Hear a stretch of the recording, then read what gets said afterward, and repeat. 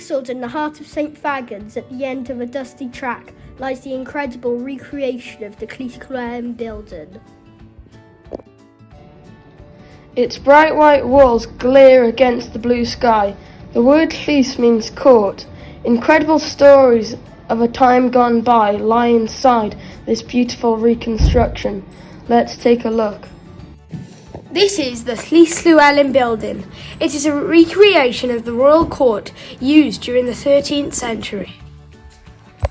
It is based on the remains in Anglesey. It was excavated by the Gwynedd Archaeological Trust between 1992 and 1996. To aid with the reconstruction, discussions were held with experts in Welsh history as well as research into surviving castles. It's the most accurate building of a royal Llys to date. Life has changed beyond all recognition. It is difficult to imagine just what life would have been like for people in the 13th century. Many poor families ate, slept and spent their time together in only 1 or 2 rooms. This tapestry shows the arms of the royal house of Gwynedd. Llewelyn the Great was a king of Gwynedd in North Wales and eventually ruler of all of Wales. By a combination of war and diplomacy, he dominated Wales for 45 years. He would stay in courts like this.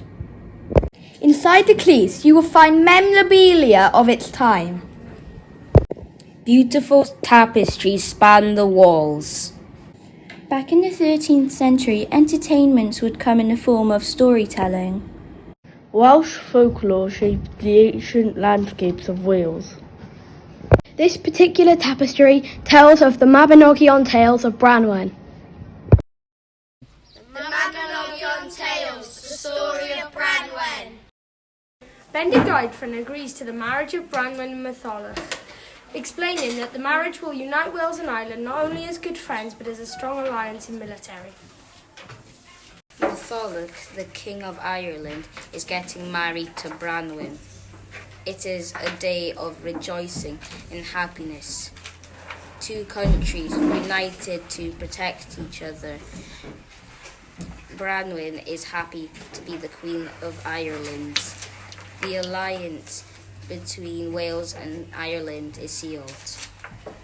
Efnisien cut the tails and the ears off of the horses that Bendigeidfran owned, because Efnisien is jealous of Bendigeidfran and Branwen's love. This was a violent act. Branwen sent a bird to her brother with a note in its mouth because she was stuck in a kitchen working for 3 years while being treated like a slave. Queen Branwen, please tell us what that thing is. I have not been queen for 3 years, says Branwen, but my brother is coming to save me. The trees are the ship disguises, and the mountain is my brother. The lakes are his eyes, furious at Ireland for what they've done to his sister. Matholwch and his men escape across the Shannon River and destroy the bridge behind them. Bendigeidfran lies down across the river and says, Afon Ben, Bydded and Bonnet, which means, he who would be leader, let him be a bridge. Matholwch tears down the bridge to Ireland. Branwen's still trapped in the castle dungeon, and Bendigeidfran still trying to free her. So, with Bendigeidfran's extreme side, he says, he that hath no bridge shall become bridge. Bendigeidfran then stretched out to become a bridge, and they crossed. Matholwch decides to build a large hall big enough for Bendigeidfran. At the feast, the Irishmen hide inside sacks. This picture depicts the battle towards the end of the story of Branwen. Up by the top left of the picture you can see the magic cauldron that revives fallen soldiers. This battle is between Bendigeidfran's army and the Irish. During the battle, Bendigeidfran is mortally wounded by a poisonous spear in his foot. He orders his soldiers to cut off his head and take it to be buried in London. Bendigeidfran has been killed and asks his soldiers to take his head to London to face the direction of France. And the story is, if ever his head gets moved, war will break loose once more.